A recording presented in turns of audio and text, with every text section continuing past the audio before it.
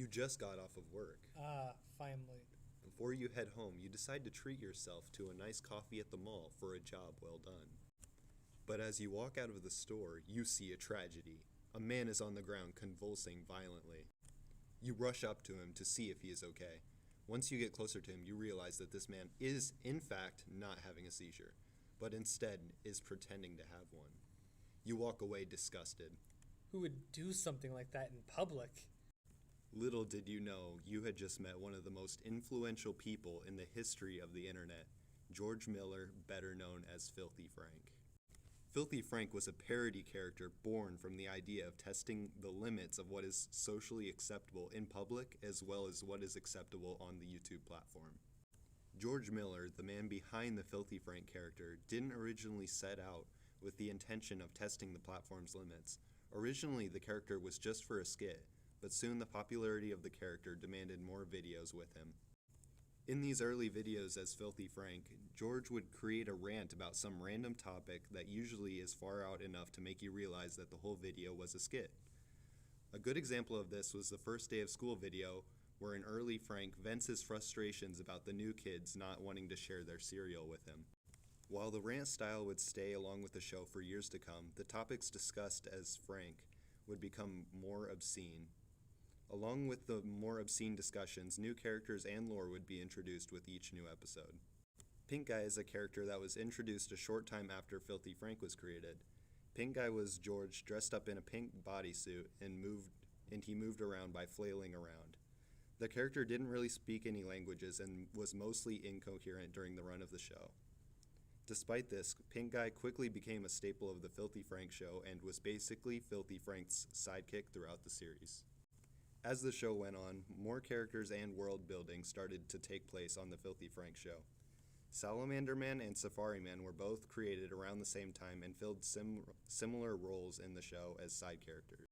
Chin Chin came into the cast along with Salamander Man and Safari Man, but he played a much different role in the story. Chin Chin is portrayed as an omnipotent god, and he is the main antagonist to Filthy Frank and his friends. Filthy Frank and Chin Chin are not always in direct conflict, however. Sometimes Frank will reluctantly do as Chin Chin says to avoid trouble. The absurdity of the show naturally gave way for a variety of internet memes that used many out of context screenshots and quotes for the punchlines of their jokes. The most popular of these memes was probably the Harlem Shake. Pink Guy is credited with the creation of the Harlem Shake meme. In early 2013, George uploaded a video as Pink Guy where he and some friends in similar suits danced to the Harlem Shake song. When the beat drops, Pink Guy and his friends flail their arms in the air and start air humping. After the video was uploaded to George's channel, it rapidly gained traction. At the peak of the meme, it was being performed by late-night talk show hosts, college students, and startup businesses alike. The meme not only showed the influence of the YouTube community, but also put a spotlight on the Filthy Frank show. While George continued to expand on the Filthy Frank show, he was also working on an album based on the show called Pink Guy. None of the songs are serious and are closer to being a mockery of music than to being serious music. Towards the end of his YouTube career, he would post a much longer album, Pink Season, which is similar in theme to the first album with higher production quality and more outrageous themes. A good example of this album's subject matter is the song Gays for Donald. The song starts out with Pink Guy stating all of the races and religions that he hates, and then he proceeds to spend the rest of the song proclaiming his love and sexual desire for Donald Trump. Regardless of what your political beliefs are, I think you can find the humor in the song, and if for some reason this song speaks to you, you can find the link to both albums in the description.